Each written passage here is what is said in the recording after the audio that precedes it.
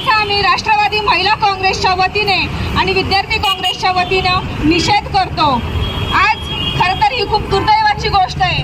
जर कोणी अन्यायाविरोधात आवाज उठवत असेल आणि त्याचा आवाज दाबण्याचा इथं प्रयत्न करतात आहे, आज तर तुम्ही आमदाराचं ऐकत नाही तर सामान्य माणसाचं काय ऐकणार आहे? आज तुम्ही आमदारांचं ऐकत नाही तर सामान्य माणसाचं काय ऐकणार आहे? ज्या पद्धतीत ब्रिटिश सरकार करत होती, फोडा आणि राज्य करा, तीच पद्धती आता बीजेपी सरकार अवलंबत आहे। फोडा आणि फक्त आम्हाला आमदार जोडा, बाकी त्यांचं दुसरं कशावरच लक्ष नाही। बेरोजगारीवर नाहीये, युवकांना काम नाहीये त्याचा काही विचार करत नाहीयेत, किंवा अनेक प्रश्न, शेतकऱ्यांचे प्रश्न असतील, बाजारभाव शेतकऱ्यांना मिळत नाही ते प्रश्न असतील, अशा अनेक समस्यांना त्यांना वाचा फोडावी किंवा त्याच्यावर चर्चा करावी असं कुठेही वाटत नाही। आणि आज दादांनी जे सामान्य